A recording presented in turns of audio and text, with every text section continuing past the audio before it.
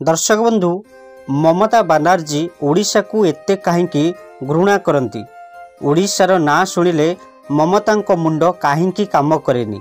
महाप्रभु जगन्नाथ ठारू आरंभ करिकी रसगोला पर्यंत सबू कहउछंती आमर। दर्शक बंधु ताहले ओडिशार कौन किछि नुहे? ओडिशार कौन रसगोला नुहे ना ओडिशार छेनापोड़ नुहे?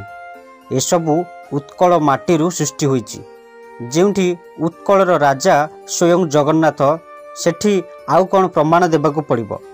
हेले ममता ओडिशार उन्नति आउ सही न पारी एबे गोटिए पर गोटिए ओडिशा विरोधी मनमुखी कार्य करुछंती। आज आमे पश्चिमबंग आसुथिबा आलू विषय एवं दीर्घारे तैयारी होइथिबा जगन्नाथ मंदिर को उपरे कहिबू। ता पूर्वरु आपण समस्त अनुरोध कमेंट रे जय जगन्नाथ लिखि आम चैनल को टिके सब्सक्राइब कर दियंतु। दर्शक बंधु आम राज्य ओडिशा प्रायतः पश्चिमबंग उपरु आलू पाई निर्भर करिथाए, किंतु ममता आलू न देवा पाई एक प्रकार बंद कर देइछंती। एहार जवाब रे ओडिशा सरकार यूपी रु आलू आनी आलू संकट रु दूर करिछंती।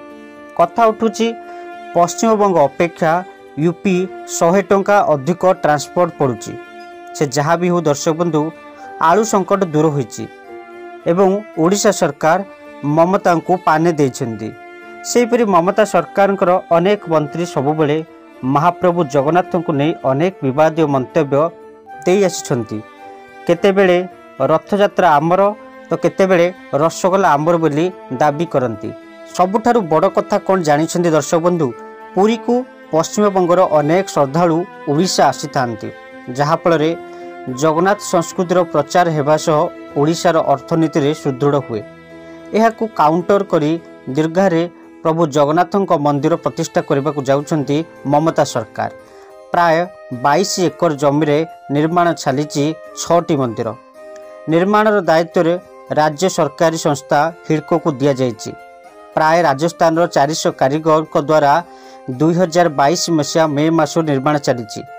एही मंदिर उच्चता पुरी मंदिर परी 65 मीटर रही। एही मंदिर समस्त खर्च ममता सरकार बहन करुछंती। एथिरु जणा पड़ुछि ओडिशा को सही पारु नाहांती ममता। दर्शक बंधु जगन्नाथ मंदिर निर्माण हेले आमर किछि असुविधा नाही, किंतु जगन्नाथ संस्कृति को नहीं अनेक विवादीय मंतव्य दे बारंबार आम जगन्नाथ संस्कृति को अपमानित करुवा ममता सरकार यह एक ओडिशा विरोधी कार्यकलाप।